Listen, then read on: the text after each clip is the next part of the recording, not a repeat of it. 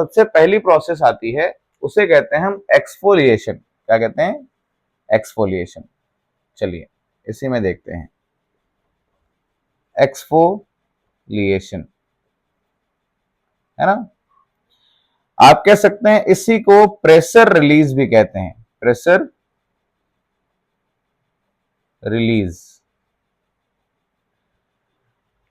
Exfoliation या pressure release की जो प्रोसेस है वेदरिंग की, वो बताती है कि अगर कोई चट्टान भारी भरकम चट्टान है और वो उसके ऊपर कई दूसरी चट्टानें हैं, तो जैसे जैसे ऊपर की चट्टानों का अपक्षय होता है, नीचे की चट्टान के ऊपर पड़ने वाला दबाव कम हो जाता है।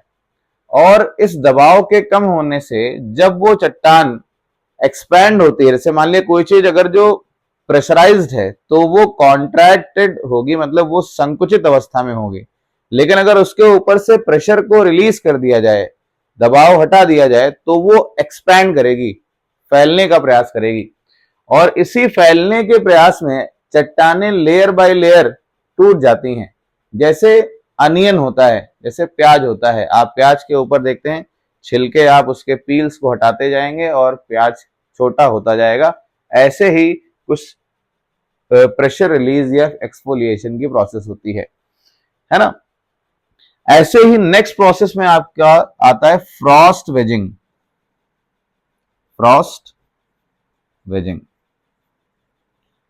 फ्रॉस्ट वेजिंग में हम देखते हैं कि क्योंकि जब ये चट्टानें वेदर में एक्सपोज हो जाती हैं तो ये ठंडी गर्मी, है ना, साथ साथ खूब सारी बारिश और बहुत तरह की मौसमी घटनाओं से परिचित होती हैं।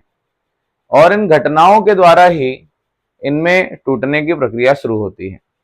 तो फ्रॉस्ट आप सभी जानते हैं कि फ्रॉस्ट जलवाष्प का ही एक रूप है ना। तो फ्रॉस्ट जब चट्टानों पर पड़ता है तो चट्टानों में जो पोर्स होते हैं, जो क्रैक्स होती हैं, जो चट्टानों में थोड़े बहुत दरारें होती हैं, इन दरारों में जाकर ये जल इकट्ठा होता है। और जब टेम्परेचर कम होता है तो अक्सर ये पानी बर्फ के क्रिस्टल्स में बदल जाता है ना।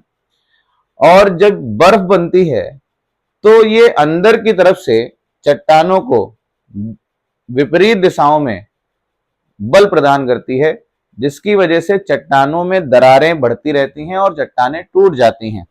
इसको ऑब्जर्व आप बहुत बार कर चुके होंगे। अगर आपके घर में फ्रीजर है, आप अक्सर देखते हैं कि अगर हम किसी भरी हुई बोतल को, जो पूरी तरह भरी हुई हो, और उसको